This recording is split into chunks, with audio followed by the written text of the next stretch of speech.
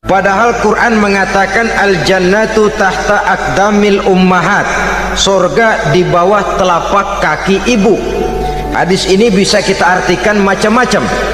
Pertama, anak tidak akan mendapat kebahagiaan tanpa ridho daripada ibunya. Kedua, ibu adalah wanita agung yang harus ditaati. Ketiga, neraka atau surga anak bergantung kepada ibu, bagaimana dia mewarnai anak.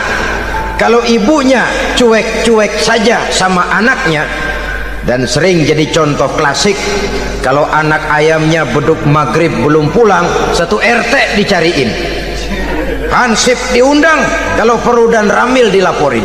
Saudara-saudara kaum muslimin rahimakumullah, terutama ibu-ibu yang saya hormati, jadi peranan yang pertama wanita sebagai seorang istri.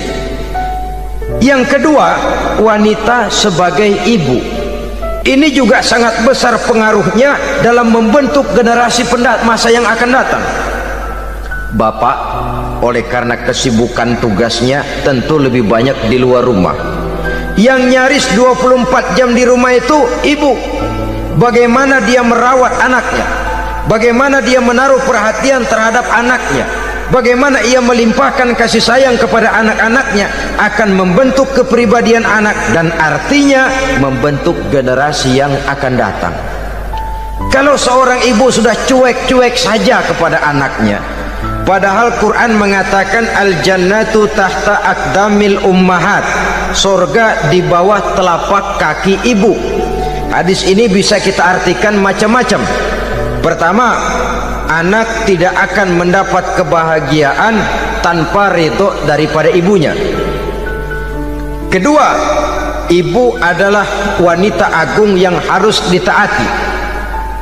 Ketiga, neraka atau surga anak bergantung kepada ibu, bagaimana dia mewarnai anak. Kalau ibunya cuek-cuek saja sama anaknya, dan sering jadi contoh klasik, kalau anak ayamnya beduk maghrib belum pulang, satu RT dicariin, hansip diundang, kalau perlu dan ramil dilaporin. Tapi kalau anak gadisnya jam 12 tengah malam belum pulang, ibu tenang-tenang saja Pak, tidak tergerak dan tidak tertarik hatinya. Ya tentu tidak semua. Kalau sudah begitu, bukankah hakikatnya ibu sudah menciptakan neraka buat anaknya sendiri? Khalil Gibran dalam satu tamsil yang indah pernah mengatakan, kalau kita diberikan sebutir mutiara, sebutir intan, dan intan itu sebutirnya sebesar telur ayam, benda yang sangat langka dan berharga, tentu kita sayang intan atau mutiara itu. Kita jaga baik-baik, kita simpan dalam kotak, kotaknya kita kunci, kotak itu kita simpan di dalam lemari, lemarinya kita kunci lagi, lemarinya ada di dalam kamar, kamarnya pakai pintu, pintunya kita kunci lagi, kamar itu ada dalam rumah, rumahnya pakai pintu, dikunci lagi, kemudian rumahnya pakai pintu gerbang besar, gerbangnya juga digembok lagi. Untuk menjaga intan itu jangan sampai hilang, begitu usaha kita berlapis-lapis. Dan intan itu sudah diberikan kepada kita, kata Khalil Gibran. Apa dia? Anak-anak yang diamanahkan Allah kepada kita. Itu intan-intan mahal, itu mutiara-mutiara pilihan yang dititipkan dan diamanahkan untuk kita jaga sebaik-baiknya. Haruskah dia sia-sia di tangan kita? Assalamualaikum warahmatullahi wabarakatuh. Ala alihi wa sahbihi ajma'in, amma ba'du. Saudara-saudara kaum muslimin rahimakumullah, salah satu dari misi Islam ialah mengangkat harkat dan martabat manusia yang sebelumnya dibedakan oleh warna kulit, oleh suku bangsa dan bahasa, seluruhnya diikat dengan satu akidah, menghilangkan perbedaan akibat warna kulit, suku bangsa dan bahasa. Termasuk dalam upaya itu betapa Islam telah mengangkat harkat dan martabat kaum wanita. Maka pada pertemuan kali ini kita akan membicarakan tentang peranan wanita sepanjang pandangan agama. Sebelum Islam datang, nasib perempuan nyaris hanya berputar di segitiga saja. Dapur, sumur, kasur. Kasur, sumur, dapur. Seolah-olah wanita terpaut dengan 3 itu tadi. Seolah-olah wanita tidak bisa berbuat lebih banyak daripada itu. Bahkan di tengah masyarakat jahiliyah, bayi perempuan mendatangkan aib sehingga mereka lalu dikubur hidup-hidup. Maka datang Islam dengan tegas mencanangkan satu revolusi yang mengangkat harkat dan martabat kaum wanita. Nabi bersabda, "An-nisa'u imadul bilad, iza saluhat saluhal bilad, wa iza fasadat fasadal bilad." Wanita adalah tiang negara. Jikalau baik wanita, baiklah negara. Jikalau rusak wanita, hancurlah negara. Dalam berbagai ayat Al-Quranul Karim menjelaskan tentang wanita dan peranannya. Al-Quran bercerita tentang Siti Hawa. Al-Quran bercerita tentang anak perempuan Nabi Adam, Iklima dan Labuda, yang menyebabkan Habil dan Qabil saling berbunuh-bunuhan.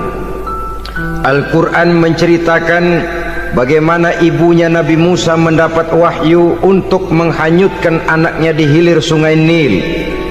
Al-Quran bercerita tentang Siti Maryam, ibu daripada Nabi Isa. Al-Quran bercerita tentang 2 putri Nabi Yusuf, yang akhirnya salah satunya menjadi istri daripada Nabi Musa. Pun Al-Quran bercerita tentang Ratu Balkis, seorang wanita yang menjadi penguasa di negeri Sabah, yang demikian besar pengaruhnya dan wawasannya. Dan banyak lagi Al-Quran menceritakan keadaan kaum wanita, sampai-sampai dalam Al-Quran ada satu surah yang dinamakan surah An-Nisa. Ini seluruhnya berarti bahwa Al-Quran telah menempatkan kaum wanita dalam satu posisi yang mulia dan terpuji.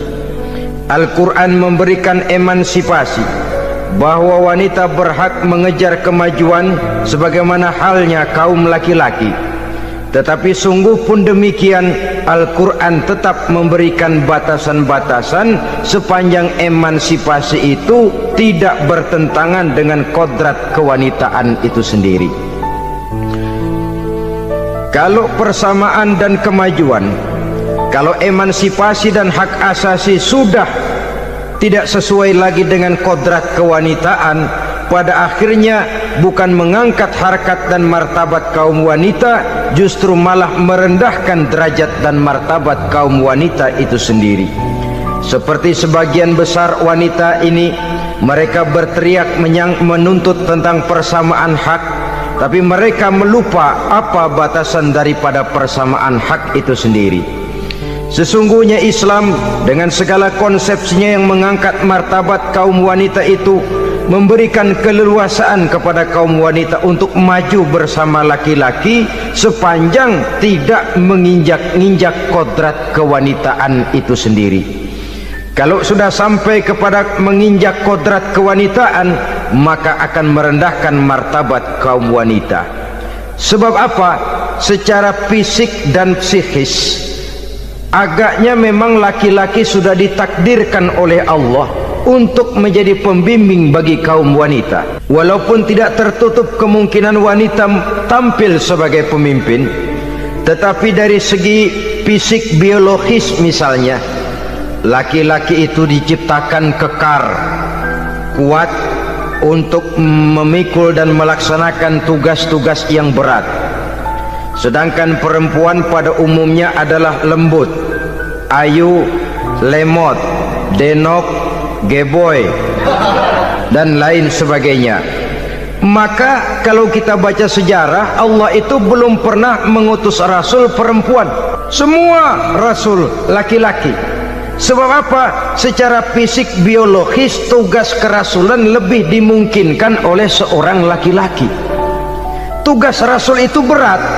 Kadang-kadang perang, dicaci maki, berhadapan dengan ujung tombak, ujung pedang dan lain sebagainya. Makanya seluruh rasul laki-laki, dan Allah belum pernah mengutus rasul perempuan. Dari segi lain, perempuan itu banyak terhalang untuk melaksanakan ajaran agama. Misalnya 1 minggu dalam sebulan perempuan itu terkena cuti khusus, mengalami masa menstruasi, tidak sholat, tidak puasa, tidak melaksanakan ajaran agama yang tidak dibolehkan pada saat menstruasi itu. Kalau ada rasul perempuan, lalu saat malaikat akan menyampaikan wahyu, kebetulan rasulnya sedang wah, itu bisa balik lagi malaikat Jibril ke langit itu. Mau turun nyampein wahyu, balik lagi ke atas, ditegur, kenapa balik lagi Jibril? Rasulnya lagi head.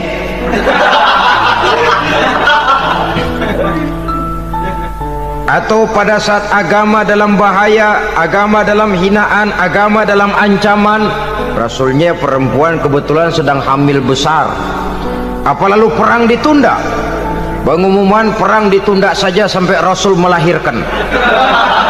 Tentu lebih tidak mungkin lagi. Secara fisik biologis laki-laki lebih memungkinkan untuk melaksanakan tugas kerasulan ini. Maka seluruh rasul yang diutus Allah adalah laki-laki.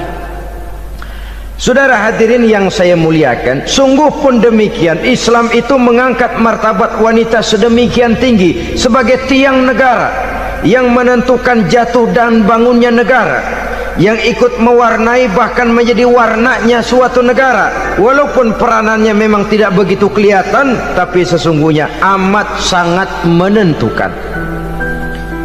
Oleh karenanya, secara umum emansipasi yang digariskan oleh Islam, emansipasi yang tidak bertentangan dengan kodrat kewanitaan di berbagai aspek kehidupan.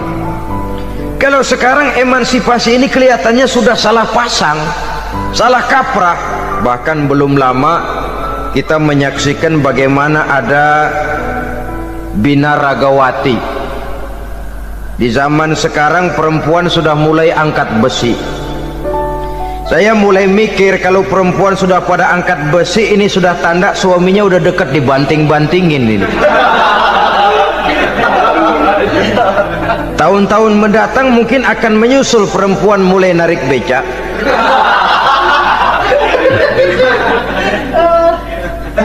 Nampaknya kan sudah tidak lagi mengindahkan kodratnya sebagai wanita. Ada olahraga yang hanya pantas dikerjakan oleh laki-laki. Oleh karena itu pada kesempatan ini kita akan mencoba melihat peranan wanita dari berbagai dimensinya. Yang pertama, peranan wanita sebagai istri. Adalah Rasul memilih istri pertamanya Sayyidatuna Khadijah radhiyallahu anha.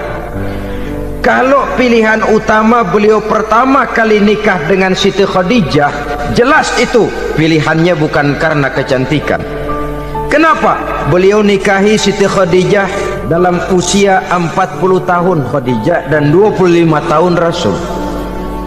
Statusnya janda pula. Kalau beliau seorang pemburu kembang, pemburu bunga, kenapa mesti nikah dengan janda berumur 40 tahun? Sedangkan beliau waktu itu masih berumur 25 tahun. Apa sasaran utamanya? Bisa kita lihat nanti. Setelah beliau diangkat menjadi Rasul, ternyata Khadijah lebih daripada seorang istri, beliau masuk ke dalam staf Nabi.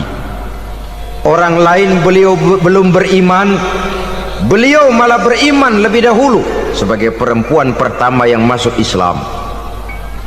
Orang lain memusuhi Nabi, beliau malah mengorbankan hartanya untuk membantu perjuangan Nabi. Istri setia semacam ini dengan peranannya sebagai istri yang sedemikian rupa memberikan andil yang sangat besar bagi kesuksesan dan keberhasilan seorang suami. Sebaliknya, seorang istri bisa mempengaruhi suaminya. Seorang suami yang jujur, polos, lugu, sederhana bisa jadi koruptor ulung kalau didorong-dorong oleh istrinya. Seorang istri Pak Lurah memang tidak ikut mengatur kelurahan, tapi dia bisa mewarnai suaminya. Seorang istri gubernur memang tidak ikut mengatur provinsi, tapi dia bisa mewarnai suaminya. Sepanjang warnanya positif, tentu sangat baik dan sangat diharapkan. Tetapi kalau warnanya negatif, kiamatlah akibatnya umat ini. Oleh sebab itu, peran pertama dari kaum wanita sesungguhnya adalah sebagai istri yang mendampingi suami untuk mengolah dan melaksanakan tugas-tugas besar. Dari seorang yang paling kecil sampai kepada seorang yang punya jabatan paling tinggi sekalipun, pengaruh dan peranan istri memang sangat menentukan. Saudara hadirin kaum muslimin rahimakumullah, itulah sebabnya Nabi menikah dengan Siti Khadijah. Dan lebih dari itu, sebelum menikah dengan Nabi, Siti Khadijah itu sudah terkenal sebagai pengusaha wanita, business girl kalau bahasa sekarang ini. Bahkan jaringan-jaringan bisnisnya tidak hanya Mekah saja, tidak hanya antar kota, bahkan sudah antar negara, dari Mekah ke Syam, dari Mekah ke Madinah dan lain sebagainya, yang bahkan kita tahu Rasul pada mulanya pun ikut membantu perdagangannya Siti Khadijah radhiyallahu anha ini. Jadi kalau bercermin dari karier Siti Khadijah, boleh saja wanita bergerak di bidang bisnis, asal memang profesi, bukan karena dengan senjata dan modal kecantikan lalu membujuk dan merayu orang sampai telap sehingga bisnisnya berjalan lancar dengan jalan menjual kecantikannya. Tidak, bergerak di bidang bisnis yang memang profesinya di situ. Tidak ada salahnya. Bisa saja perempuan menjadi business girl seperti yang dicontohkan oleh Siti Khadijah radhiyallahu anha ini. Sebab itu, kontes-kontesan yang hanya bertitik kepada rupa yang ayu saja, rupa yang cantik saja, sesungguhnya bukan hanya tidak bermanfaat, tapi saya pikir juga sangat tidak mendidik. Yang mengajar anak-anak remaja putri kita untuk berlomba-lomba hidup dalam kepalsuan. Alis mata palsu, hidung pesek dimancungin palsu, operasi plastik. Alis matanya dikerik, bikin yang palsu. Tai lalat lagi bikin yang palsu. Gincu bibir dimerahin, palsu. Seluruhnya hidup dalam kepalsuan. Akan lebih baik kalau kita ini misalnya mengadakan kontes yang menitik beratkan kepada ketinggian IQ, kecerdasan, kemampuan, skill, keahlian dan kemampuan. Tidak hanya dititik beratkan kepada rupa yang ayu dan cantik semata-mata. Sebab di samping manfaatnya diragukan, juga sangat tidak mendidik buat generasi yang akan datang. Terutama ibu-ibu, peran utama wanita sesungguhnya adalah sebagai istri mendampingi suami dalam melaksanakan tugas-tugas besar. Satu hari, serombongan ibu-ibu pernah datang menghadap Rasul mengajukan satu resolusi, protes kalau bahasa kita sekarang. Ya Rasul, ada apa bu? Kalau laki-laki sih enak. Enak bagaimana? Iya, kalau orang laki-laki sholat, perempuan sholat. Laki-laki puasa, perempuan puasa. Laki-laki pergi haji, perempuan pergi haji. Laki-laki menuntut ilmu, perempuan bisa menuntut ilmu. Tapi kalau laki-laki pergi jihad, perang membela agama, kami perempuan tidak bisa ikut jihad perang di medan pertempuran. Padahal pahala jihad sangat besar dan kami ingin mendapat pahala jihad. Tidak adil kalau begini ya Rasul, izinkan kami pergi jihad. Ini perempuan di zaman Rasul, kalau ada kebaikan tidak bisa ikut, rasanya rugi bukan main, lalu protes. Apa jawab Rasul? Beliau senyum. Ibu-ibu jangan khawatir, walaupun ibu-ibu tidak maju ke medan perang, ada ibadah yang pahalanya sama dengan pahala jihad itu. Apa ya Rasul? Beliau menjawab, jihadukunna fi baitikunna. Jihadnya ibu-ibu, jihadnya kaum wanita adalah di rumah tangganya sebagai istri. Memasak makanan suaminya, mencuci pakaian istrinya, mengasuh, merawat dan membesarkan anak-anaknya, itu seluruhnya bagian daripada ibadah yang pahalanya tidak kurang dengan pahala jihad. Kenapa? Al-Quran itu memberikan sesuatu sesuai dengan kedudukannya. Kalau perempuan pergi perang jihad membela agama, musuhnya laki semua, kayak apa perangnya? Itu musuhnya bisa nggak mau pakai pedang, perangnya udah gulat aja udah. Sehingga Rasul lalu memberikan satu jalan keluar yang membuat wanita-wanita itu lega.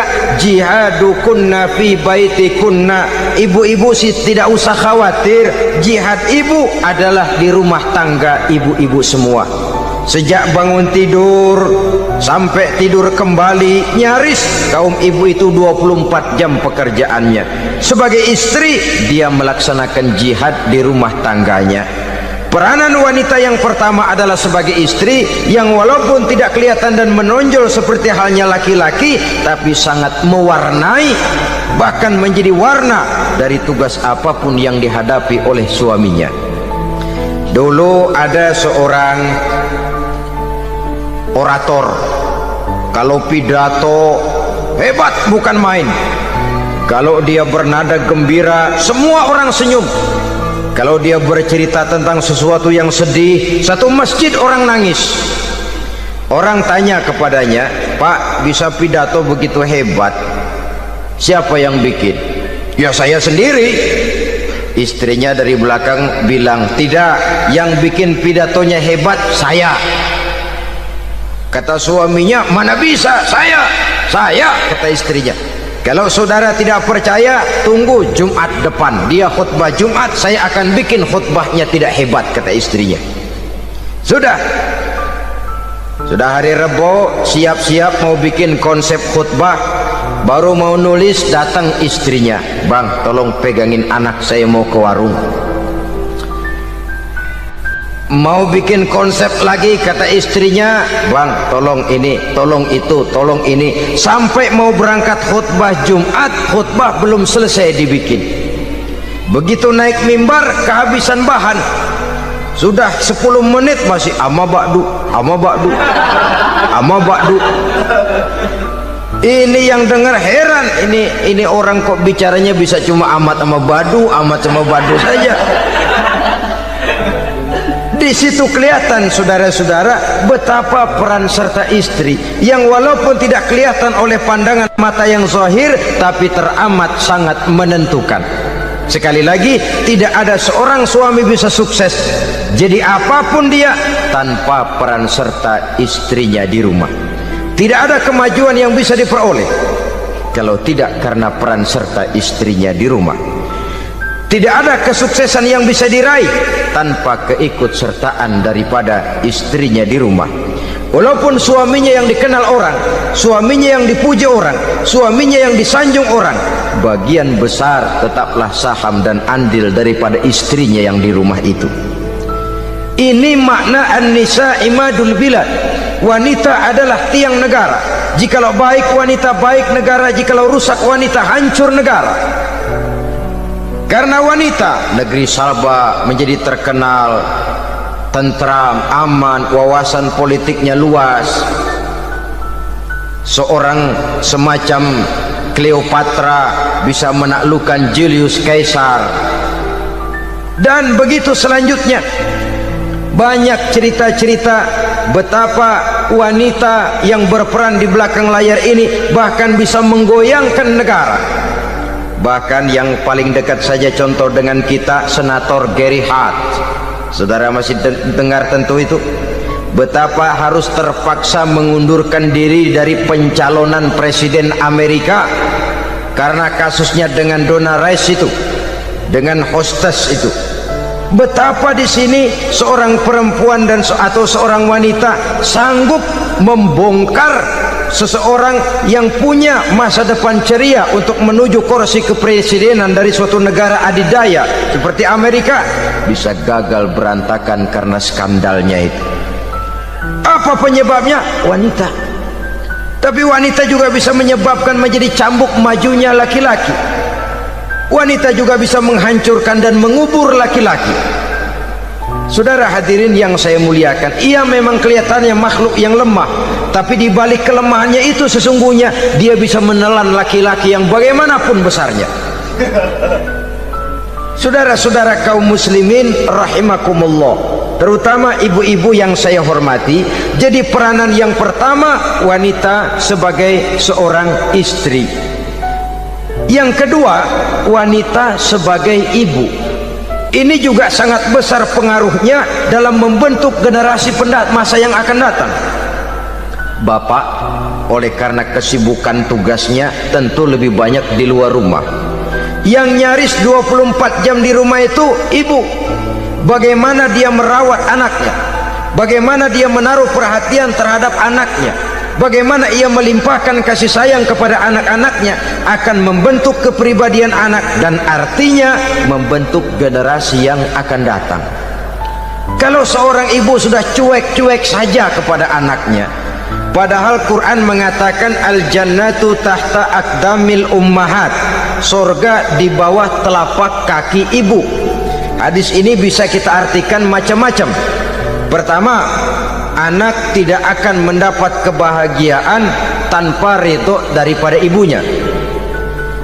Kedua, ibu adalah wanita agung yang harus ditaati.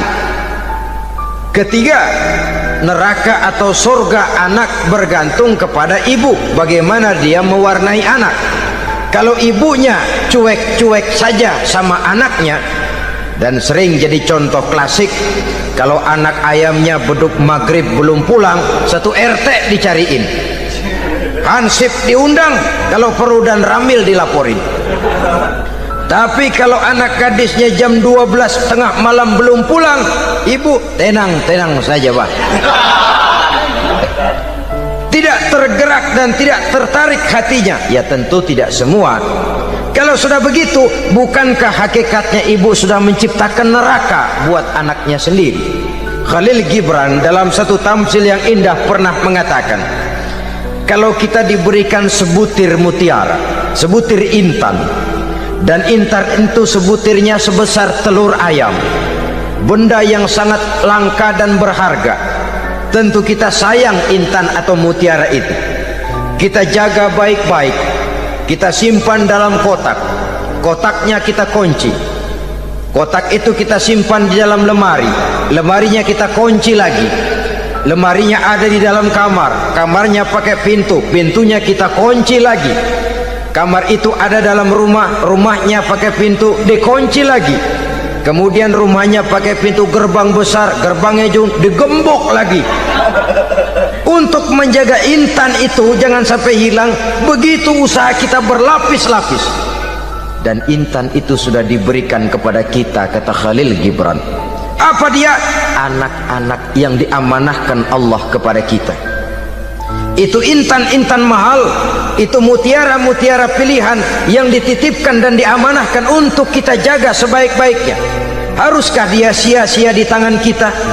Haruskah dia merana jatuh di tangan ibu yang tidak punya tanggung jawab? Saudara hadirin yang saya muliakan, oleh karenanya peranan sebagai ibu ini sangat menentukan bagi pembentukan generasi yang akan datang. Salah ibu mengarahkan anak, akan lahir generasi mendatang yang tidak kita harapkan. Sehingga Nabi bersabda, kullu mauludin yuladu 'alal fitrah fa abawaihi yuhawwidanihi aw yunassiranihi aw yumajjisanihi. Setiap bayi dilahirkan dalam keadaan suci, setiap bayi dilahirkan dalam keadaan bersih, tidak punya dosa. Islam tidak mengenal dosa warisan. Semua saja bayi lahir dalam keadaan suci dan bersih. Kalau demikian lalu bagaimana? kata Nabi, ibu bapaknya lah yang kelak akan menjadikan anak itu sebagai Yahudi, yang kelak menjadikan itu anak itu sebagai Nasrani, atau menjadikan anak itu sebagai Majusi. Ibu bapaknya yang mewarnai anak. Ibaratnya anak itu kertas putih, mau ditulis tinta hijau warnanya hijau, mau ditulis tinta merah warnanya merah, mau ditulis tinta hitam pun warnanya hitam. Oleh karena itu pembentukan anak yang soleh secara mental sesungguhnya sudah diwarnai oleh kebiasaan ibu bapak dalam pergaulan di rumah tangganya secara mental. Sehingga dengan demikian saudara-saudara, salah kaprah ibu dalam mengarahkan anak-anaknya akan melahirkan generasi penerus yang sungguh-sungguh tidak kita harapkan, dan pada gilirannya akan membahayakan perkembangan bangsa dan negara, membahayakan kita sebagai suatu umat. Apalagi sekarang ini masih banyak orang-orang muslim, orang-orang tua muslim yang kadang-kadang menyekolahkan anaknya di sekolah yang membahayakan akidahnya, mematikan imannya, menghancurkan tauhidnya. Pokoknya asal bonafid keluar sekolah ada jaminan lapangan kerja, perkara anak mau kafir mau murtad bukan urusan. Alangkah ironi dan sangat menyedihkan. Saudara-saudara yang saya hormati, jadi dari segi kaum wanita peranan ibu sangat besar.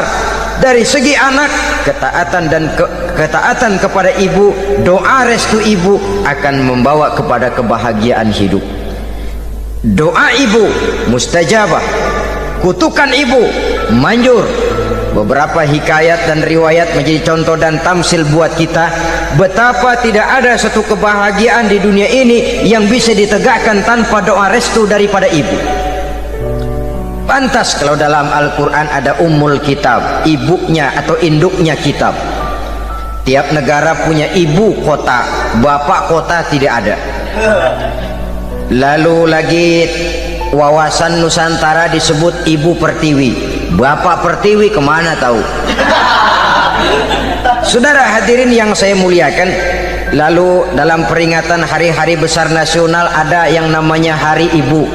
Hari bapak nggak pernah diperingati.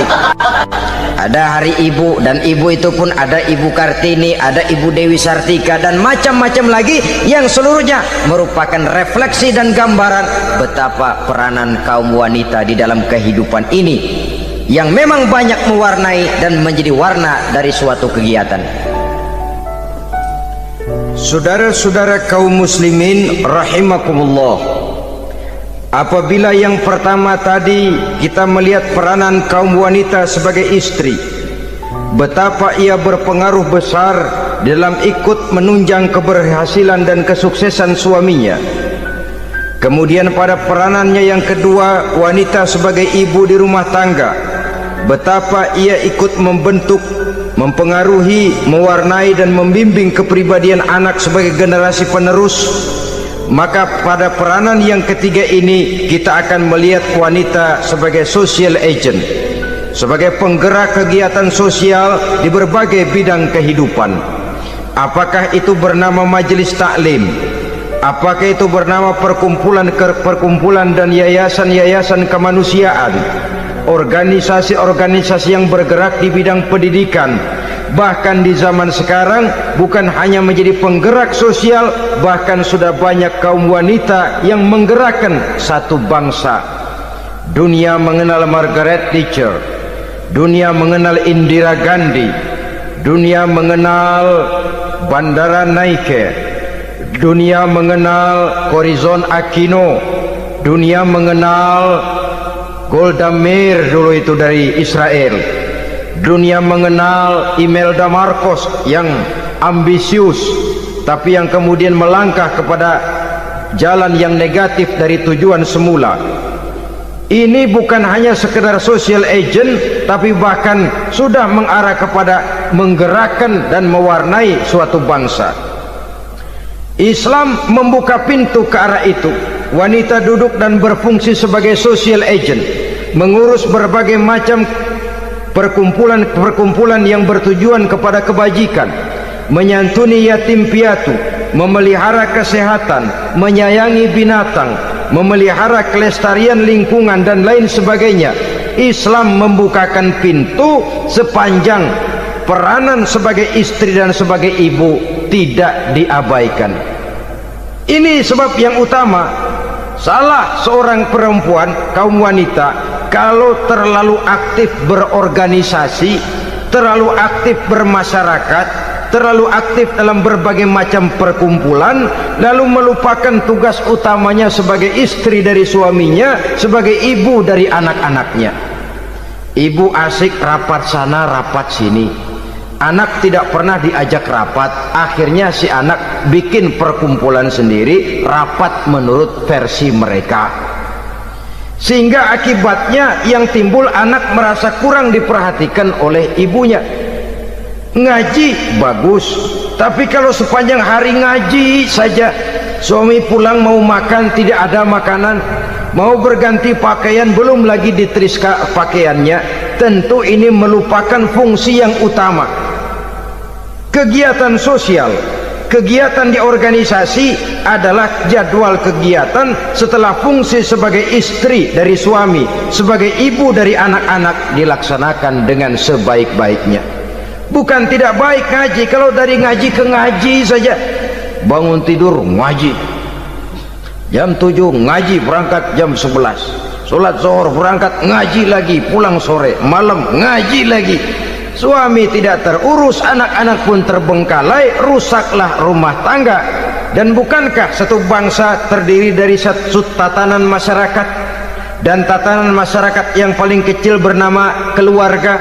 Keluarga merupakan unit dari masyarakat, unit yang terkecil, dan keluarga terdiri dari pribadi-pribadi yang merupakan bapak, ibu, dan anak-anak. Sehingga masyarakat bangsa yang baik terdiri dari masyarakat yang baik, masyarakat yang baik tersusun dari keluarga-keluarga yang baik, dan keluarga yang baik akan muncul dari pribadi dan individu yang baik. Pribadi dan individu yang baik yang sadar mana kewajiban yang primer, mana kewajiban yang sekunder. Sebagai social agent, dia lalu mawas diri dengan tetap mempertimbangkan kodrat kewanitaannya itu tadi. Saya ikut prihatin kalau ada perempuan main sepak bola, dan saya yakin betul kalau perempuan main sepak bola yang nonton pasti bukan nonton bola. Ya mungkin bola juga, tapi bola yang mana itu wallahu a'lam. Ya dicari olahraga yang sesuai dengan kodrat kewanitaan begitu. Dicarilah olahraga yang sesuai dengan kodrat kewanitaan. Sepak bola sudah maju, ya belakangan saya katakan tadi muncul lagi wanita angkat besi. Belakangan bisa kita bayangkan wanita main tinju. Babak belur sudah kalau sudah begitu. Kemajuan dengan melupakan kodrat kewanitaan akan menyengsarakan kaum wanita itu sendiri. Silahkan maju menjadi social agent, menjadi penggerak di masyarakat. Para istri Rasul bisa kita jadikan satu figur. Siti Khadijah, figur sebagai istri pendamping yang setia. Dikala suaminya bingung, ia tampil memberikan pandangan. Dikala suaminya bingung, ia memberikan tanggapan. Dikala suaminya dimusuhi orang, ia menampakkan kesetiaannya. Kau tidak sendiri bang, aku di sisimu. Dikala jiwanya gelisah ketika pertama kali menerima wahyu berhadapan dengan malaikat Jibril, Khadijah yang menghibur. Kalla ma yukhzikallahu abada. Tidak apa-apa bang, Allah tidak akan menyusahkan kau untuk selamanya. Tenang sajalah, tenang. Abang orang baik-baik, Allah tidak akan menyengsarakan abang. Peran sebagai istri. Dan Rasul mantap, sehingga bertahun setelah Khadijah wafat selalu terkenang dan dikenang oleh Rasul. Pernah satu saat beliau itu seperti orang melamun. Aisyah tanya, kok seperti ngelamun bang? Iya, kata Rasul, saya seperti mendengar suara terompahnya Khadijah di surga. Padahal Khadijah sudah lama wafat. Aisyah mendengar itu rada sedikit manyun. Kata Aisyah, Bang, cukup sekali ini saja, jangan sebut-sebut lagi nama itu ya. Cemburu rupanya. Ya soal cemburu sih nggak bini Nabi, nggak bini kita, namanya cemburu. Perempuan mesti ada. Apa jawab Rasul? Ya Humairah, Aisyah, haruskah saya melupakan seseorang yang dikala orang lain memusuhi saya, dia mati-matian membela saya? Dikala orang lain mau membunuh saya, dikorbankan hartanya untuk membantu perjuangan saya. Mestikah saya melupakan orang yang begitu baik? Tidak Aisyah, sepanjang nafas masih ada, sepanjang itu saya tidak akan bisa melupakan Khadijah sayang. Peran sebagai istri Khadijah ini, peran sebagai istri. Suaminya bingung, istrinya memberikan hiburan. Kadang kan tidak, suami bingung, istri bingungan lagi. Ya sudah, mari ramai-ramai kita bingung sudah. Bukan mencari jalan keluar, yang sudah bingung malah ditambahin bingung lagi. Saudara hadirin yang saya hormati, lalu figur Siti Aisyah, muda, cantik, kreatif, cerdas. Kalau bahasa sekarang barangkali wanita karier ini. Ini figur-figur loh. Jadi punya keistimewaan masing-masing, sehingga ada pilihan. Ya tentu orang mencari istri itu kan karena ada dasar pilihan. Mungkin rupanya kurang menarik tapi akhlaknya bagus. Mungkin akhlaknya sedang-sedang saja tapi potongannya cakep, masih ada pilihan. Sudah potongan jelek, akhlak bejat, emangnya lu milih merem tempo hari ya?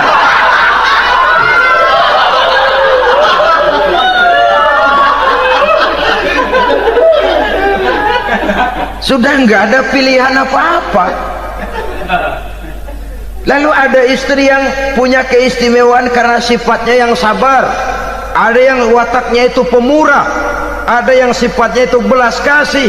Pendeknya, dari istri-istri Rasul kita bisa menemukan figur-figur wanita teladan. Sehingga keliru kalau kaum orientalis barat mengatakan Rasulullah itu katanya sesungguhnya adalah seorang seks maniak, istrinya banyak. Oh ini memang bajingan ini orientalis ini. Kalau Rasulullah itu seorang seks maniak, tentu yang dinikahinya itu pertama jelas gadis semua, yang kedua tentu cantik-cantik semua.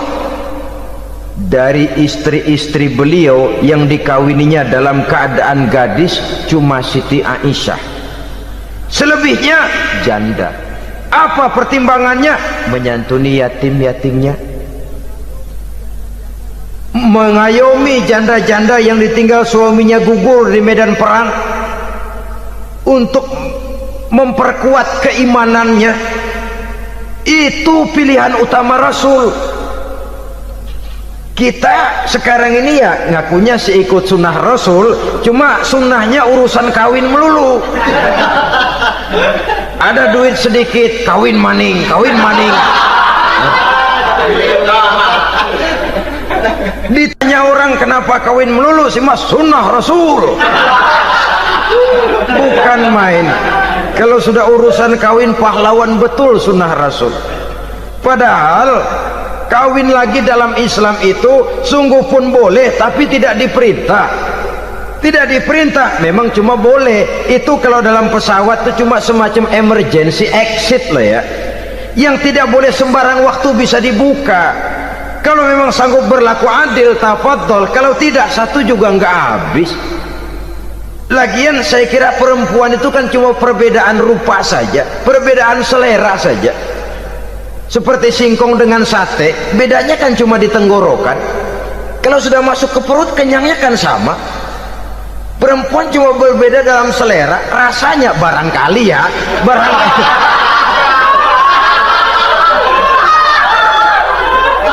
Barangkali tidak jauh beda. Saudara hadirin, lah Islam ini mengatur lewat pintu yang dinamakan nikah itu tadi, sehingga dengan demikian bisa dinikmati secara tenang, tentram. Tidak usah manusia ya, kucing saja, coba lihat kucing. Kalau ikan dia boleh nyolong, kucing itu boleh curi, makannya nggak tenang kucing. Coba lihat ini, asal dia nyolong ikan, makannya juga mindik-mindik, matanya nengok kiri nengok kanan, ada sedikit gerusak kabur.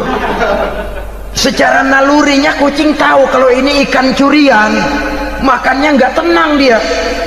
Tapi kalau ikan kita kasih, kucing anteng, geledek juga nyamber, manteng aja dia. Nalurinya mengatakan ini ikan dikasih sama yang punya, tenang dia. Saudara hadirin yang saya hormati, orang juga gitu. Kalau hubungan suami istrinya sudah sah, diikat dengan akad nikah, tenang, anteng, nggak gerasak gerusuk, nggak kayak diubur-ubur maling, anteng aja. Dan yang ngintip juga buat cuek aja udah, biarin aja dia ngintip, capek sendirilah.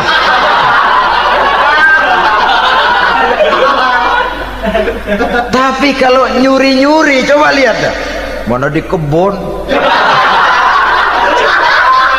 banyak nyamuk, ansip mukul tiang listrik, dia yang bingung. Islam ini sesungguhnya memudahkan jalan, saudara-saudara. Jadi sebagai social agent, wanita bisa berperan untuk itu, apalagi untuk hal-hal yang menyangkut wawasan kemanusiaan, di mana kaum wanita karena emosinya lebih tinggi daripada kaum laki-laki, dia sangat peka terhadap masalah-masalah yang menyangkut kemanusiaan. Hatinya mudah tergugah, perasaannya cepat terenyuh, dengan penderitaan dia cepat tergugah. Dia bisa menjadi social agent tanpa harus melupakan fungsi utama sebagai istri dan sebagai ibu dari anak-anaknya, sebagai istri dari suaminya.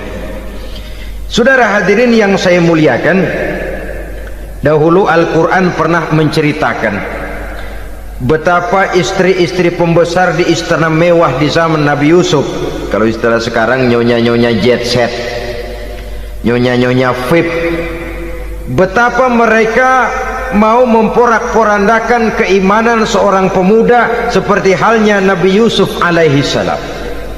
Dan Nabi Yusuf kemudian ternyata tidak mau jadi gigolo yang kerjanya hanya menyenangkan wanita-wanita jet set kelas VIP ini tadi. Sesungguhnya ini cuma satu simbol yang kejadiannya bisa saja terjadi pada zaman modern dalam versi dan kondisi yang berbeda.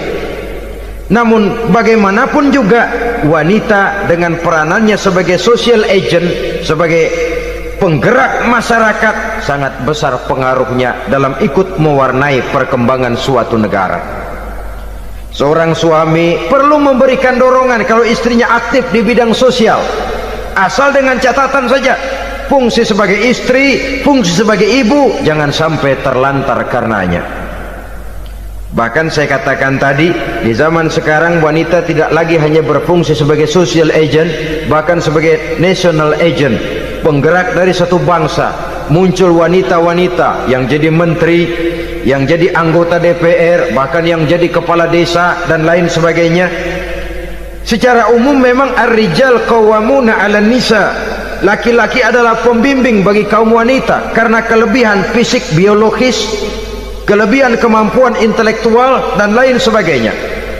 Namun wanita pun boleh saja menjadi social agent sepanjang catatan yang saya sampaikan tadi. Jangan sampai melupakan kodrat kewanitaan, jangan sampai mengalahkan fungsi sebagai istri dari suaminya, sebagai ibu daripada anak-anaknya. Nah, kemudian fungsi yang keempat di bidang ilmu pengetahuan.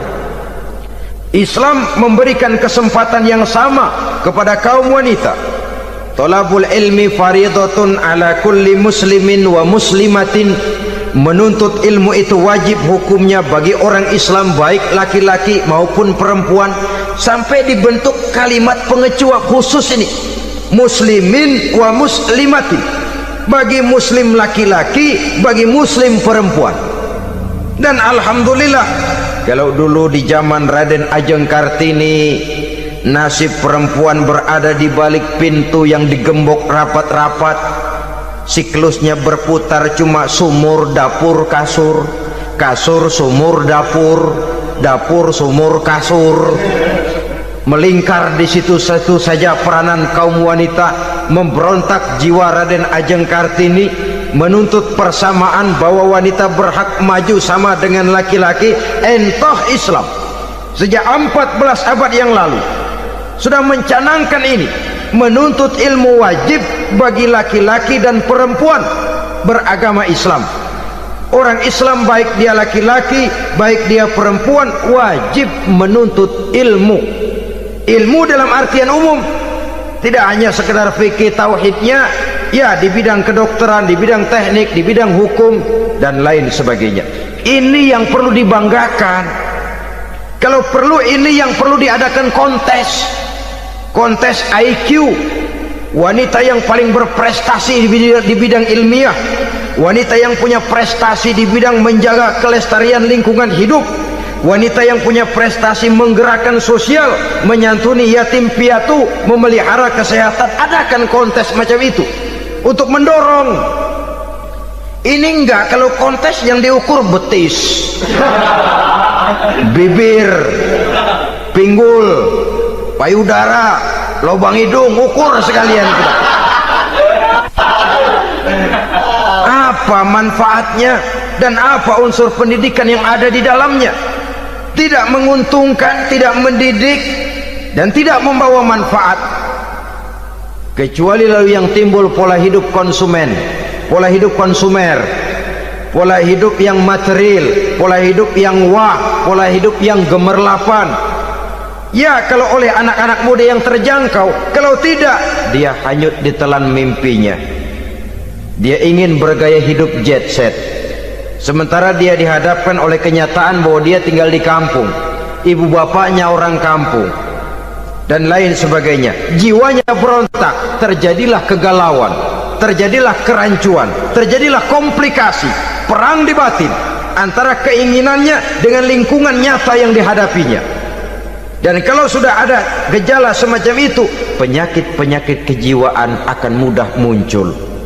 Ini gejala terutama buat orang-orang yang tinggal di daerah transisi, kota besar bukan, kampung banget juga enggak, daerah cekak. Akibatnya gayanya ya sering gaya nggak karu-karuan, gaya kepalang tanggung jadinya. Saudara hadirin yang saya muliakan, akhirnya apa? Santri tapi lagunya kayak koboi, koboi tapi sesungguhnya santri. Saudara hadirin yang saya hormati, dengan demikian maka di bidang ilmu pengetahuan wanita mempunyai peranan yang sangat besar. Dia bisa tampil dengan karya-karya ilmiahnya yang membawa manfaat bagi perkembangan agama, bangsa dan negaranya. Majulah kaum wanita dengan ilmu pengetahuan, tuntutlah ilmu seluas-luasnya. Kita hidup di satu negara yang merdeka, kita beragama yang memberikan satu keyakinan bahwa menuntut ilmu merupakan kewajiban, bahwa peranan wanita tidak hanya di belakang dapur, lain sebagainya, yang seluruhnya terpantul dari dinamika kehidupan kaum wanita. Saudara-saudara kaum muslimin rahimakumullah. Kemudian yang kelima, peranan wanita dalam bidang agama. Kita bersyukur sekarang ini gejalanya dimanapun pengajian, biasanya lebih ramai pengajian ibu-ibu dari bapak-bapak. Peringatan hari-hari besar keagamaan, biasanya lebih ramai ibu-ibu daripada bapak-bapak. Pengajian ibu lebih ramai, padahal kalau bicara sibuk, lebih sibuk ibu daripada bapak misalnya. Kalau sudah pengajian bapak-bapak, biasanya pengajiannya ramai cuma 3 giliran itu, pembukaan, maulid, penutupan. Kalau sudah yang rutin pengajian tiap minggu, 3 pojok yang ngaji, yang atuh nguap, yang atuh pules, yang atuh ngiler.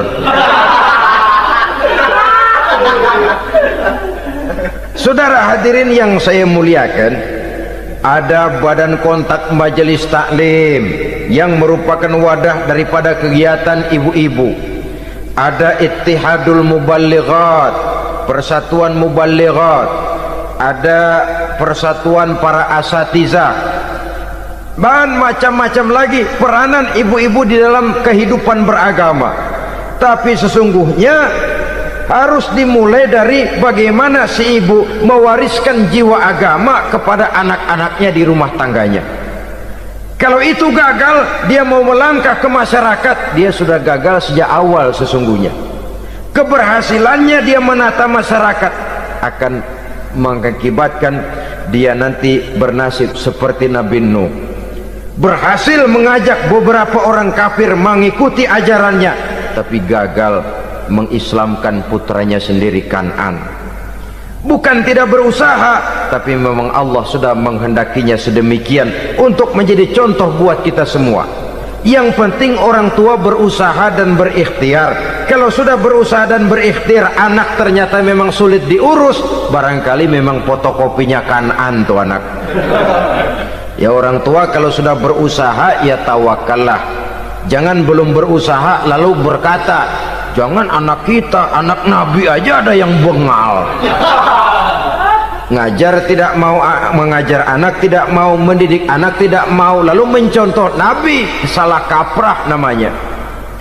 Kaum wanita bisa berperan di dalam agama.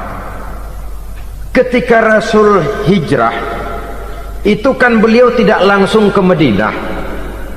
Dari Mekah itu beliau mengambil jalan arah ke kiri menuju Gua Sur. Ini dalam strategi militer punya makna sendiri. Jenderal yang ulung, ahli strategi militer ini. Di Gua Sur sana beliau tinggal 2 hari 3 malam. Siapa yang membawa makanan ke Gua Sur? Siapa yang menjadi kurir untuk mengintai kegiatan-kegiatan Quraisy setelah Nabi berangkat hijrah? Asma, putri Abu Bakar Siddiq radhiyallahu anhu. Jadi kurir, jadi spion, membawa makanan untuk Rasul dan ayahnya di Gua Sur. Ini peranan wanita di tengah bahaya, di tengah keadaan posisi terjepit. Rasul di dalam gua, diamatinya keadaan Quraisy, dilaporkannya kepada Rasul. Jasa seorang wanita bernama Asma, putri dari Abu Bakar Siddiq radhiyallahu anhu. Rabi'atul Adawiyah, seorang sayyidah sufiyah, ahli tasawuf yang terkenal dengan ajaran cintanya kepada Tuhan.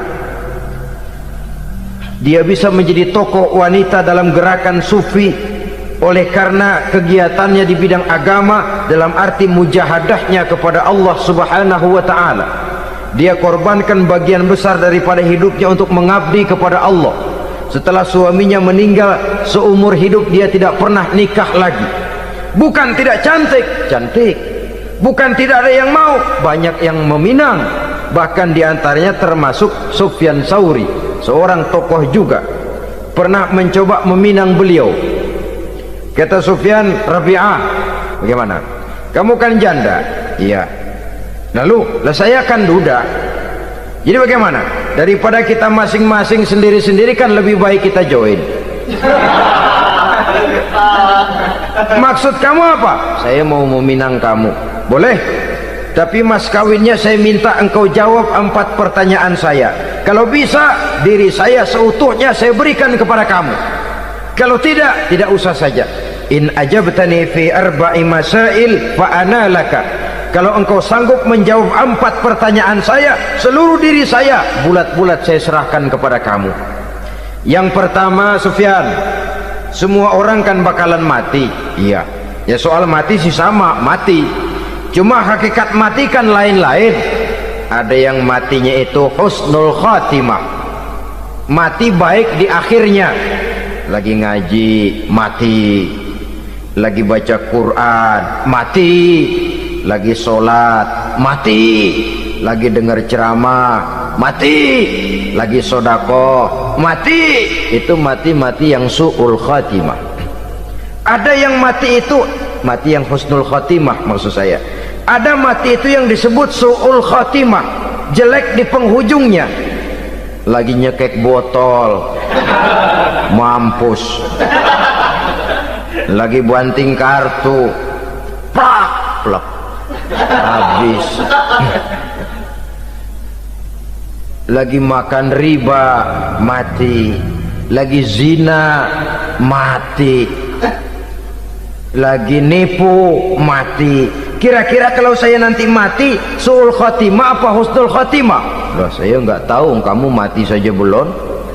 Tidak bisa kamu jawab, tidak bisa. Yang kedua, setelah mati kita masuk ke alam kubur. Di kubur kita akan dapat nikmat kubur atau azab kubur. Hari itu kira-kira saya dapat nikmat apa dapat azab? Saya tidak tahu. Di padang mahsyar setelah ditimbang kita dapat kitab di tangan kanan kalau baik, di tangan kiri atau dari belakang kalau jahat. Hari itu saya dapat kitab di tangan kiri apa tangan kanan? Saya nggak tahu. Yang keempat, orang akan lewat di atas sirat. Yang selamat sampai surga, yang celaka sampai ke neraka. Kira-kira saya yang selamat apa yang celaka?